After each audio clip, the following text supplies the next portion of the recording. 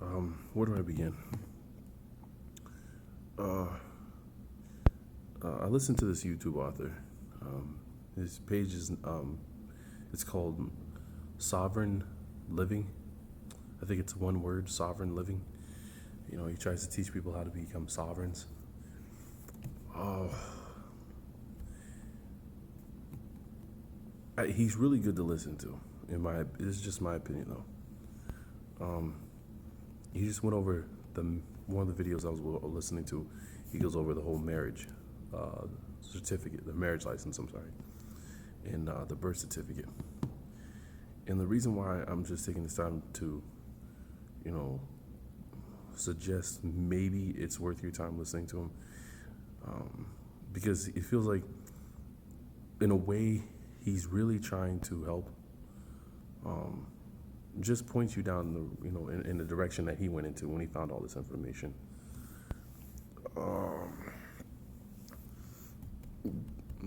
I don't get the same kind of feeling from him that I get from the people that are into the Moorish science, and it's not a jab at them, but I feel like they teach you stuff, but they just walk you to the edge, and they're like, if you want the rest of this knowledge, you gotta become a Moor and stuff like that. And it's like, I'm always said, there's gotta be a way to figure out how they figuring that stuff out too, which I know a lot of this has to do with reading.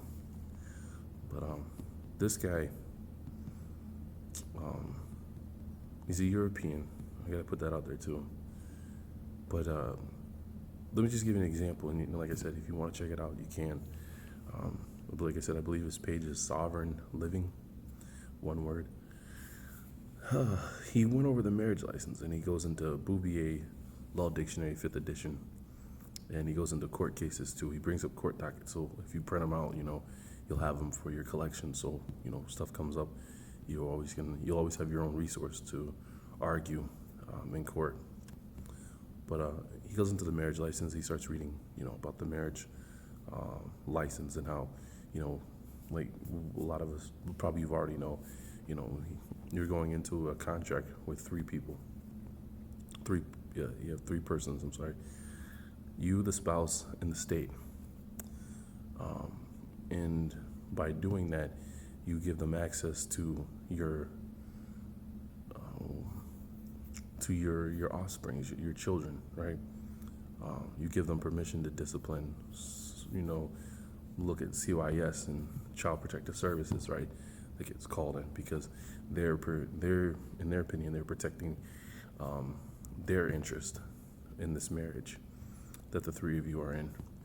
Now, what was interesting was, as he was reading from this, he reads that the woman is not respected by this state, that the courts want to deal with the man. Let me turn this off here. The courts only want to deal with the man. And this is where it gets interesting. Because as he does this, it starts to unravel in your mind. You start to realize that, people, they always, give women the hard time about, they have the baby and they kick the man out of the house and stuff like that. And a lot of times the brothers don't even want to stay. You know what I'm saying? Because right now they caught up in the lust of the flesh. Not saying, it's all one-sided, but I'm saying the men are, staying willy-nilly, not all of them, so, but you start to see why. Because when the man's in the house, the state wants to deal with the man, okay? They want to interact with him, not the woman. But when the man's out of the house, the state then becomes the man of the house. And it's all in these court cases, and it's all in Bouvier Law Dictionary. So you literally then start to, grasp that the state is saying, I am your dad for these children. I am your husbandman. And you start to see why they want the man out. Why, when you're a whole nuclear tribe, right? Because we know family, this just means a house full of slaves. But when you're a whole nuclear tribe, right, they don't want to help you out at all. But the moment the man's out of the house, they're like, oh, they'll give the woman, all this stuff to help her out, right? And now you see where it's coming from. You see where when you're single, right? When you're a single woman and you give birth to a child and the father's not there, signing that birth certificate is a contract. Once again, we know that you're entering into with the state. So therefore, they look at themselves, the state being the father of this child, right? So just him pointing this stuff out just starts to reel things in. You start to comprehend. He starts to explain how he would go about it, how he would write up what's this thing, an affidavit. Oh, sorry, he would write up a marriage license. No, why did I say that? Wow, marriage vows, right? He would have the two spouses write up their vows. Write up a declaration, a statutory declaration, right? Declaring something. Write that up, have it notarized, attach an affidavit to it. So you own the vows and this declaration, and you have them all notarized, and you have two witnesses there, to witness the exchanging of the vows, and you file that down at the county building, and now you are in holy matrimony, not a marriage, but holy matrimony. So therefore, you are looked upon as being married, and you didn't have to go through the whole obtaining a license, asking for permission, in that process. You see, and then he blew me away with the birth certificate, because I'm not gonna lie, I've been dreading the whole birth certificate situation, because I'm like, we know what it is, and I don't want to put my son or my other sons into this system. And man, I couldn't find any information on how to avoid it, and I felt bad. Because I feel I just didn't know what to do. Well, this guy explains what he would do. What he did for his son was he already had a declaration written up, and he attached an affidavit to it, if I remember correctly. And he, put his son's name on it, and he states on there, on the paperwork, that his son is not a U.S. citizen. He's not a U.S. citizen, but he is a citizen of Arizona. He's not a citizen of the United States. He's a citizen of the state of Arizona. So by doing that, it takes him out of this whole debt collection process that they put upon him at birth. And he said he explains further on about that. And I'm like, I didn't know, So I guess in a way, knowing this stuff now, hearing this stuff, I want to help further it out further this information, and suggest, if you have the time, check out his videos.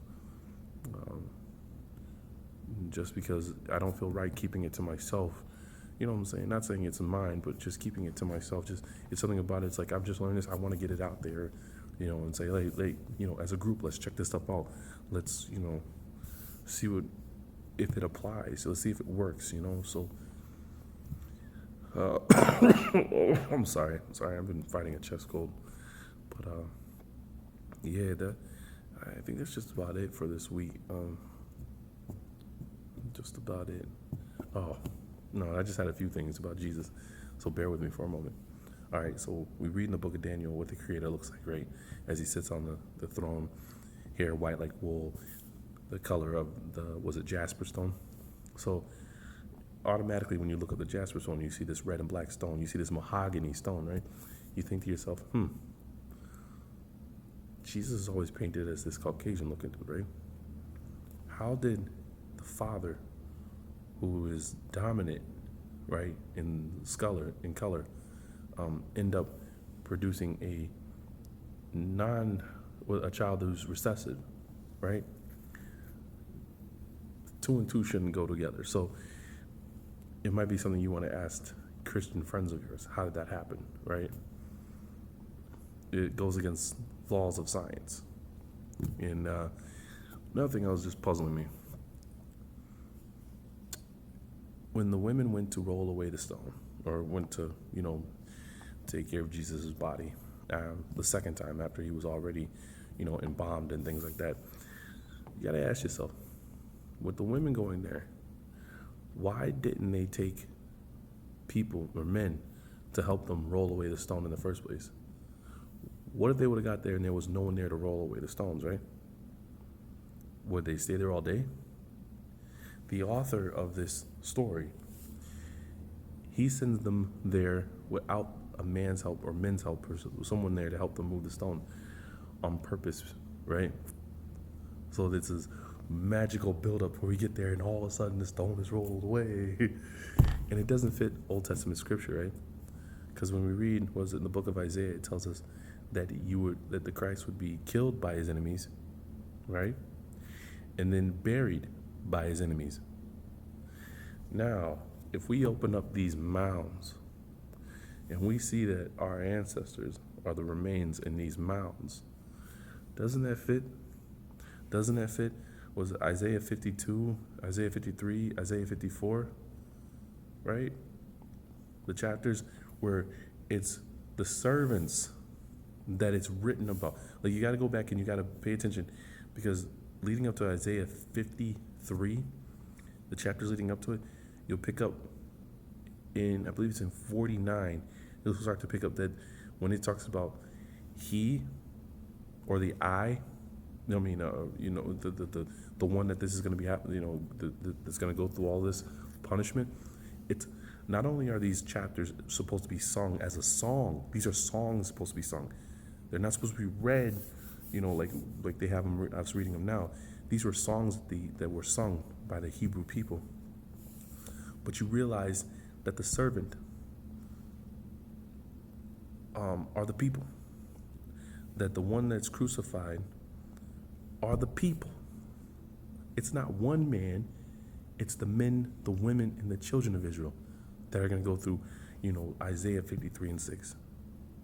It was a song, and we've been out of place. They've taught us this out of place, so it fits their Christ narrative. And like I said, when you realize that, and you think about what they did to the American Indians, and not just here, but in the Aborigines and other places and stuff, where they killed them, they dug mounds and buried them. And now, like, for instance, here in New York, right outside of Genesee, New York, in Allegheny, there's mounds that are here. And I know I told the story before, but I mean, it just still, it comes back to my mind. The government actually pays these farm owners to watch over these mounds and not let anybody, explorate them or dig through them, whatever it's called. They've been given permission by the government to shoot anyone that tries to dig into these mounds. And it just makes you think about that verse where he's not only killed by his enemies, but then he's buried by his enemies. Christ, or the person they tell us is Christ, he wasn't buried by his enemies, was he? No, his friends came and buried him, right? And, I got an article. We got an article. I'm trying to read over it so I don't stumble through it when I finally do read it. But if you want to go ahead and look it up, the Anglo-Saxons, the Celtics, and the Brits, the article I found, they all trace their ancestor back to Japhet, the royal house. They trace their royal houses back to Japhet. And the article, the way I found it was look up Japhet is Jupiter. Because I told you, maybe it was my dyslexia or whatever, but when I was looking at the word Japhet, I kept thinking that looks like Jupiter, So I just started fooling around, and sure enough, plenty of people have written stuff about Japhet being Jupiter, and all those Anglo-Saxons, whites and stuff.